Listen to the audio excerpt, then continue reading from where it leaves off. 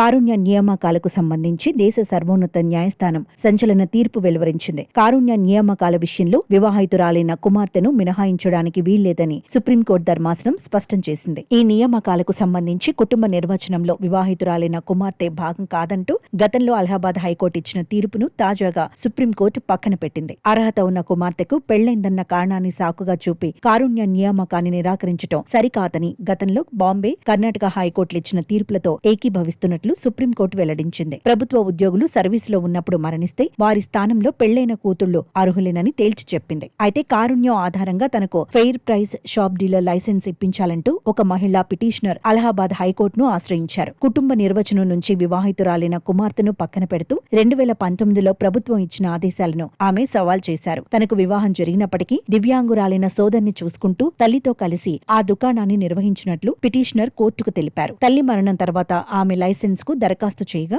అధికారులు తిరస్కరించారు.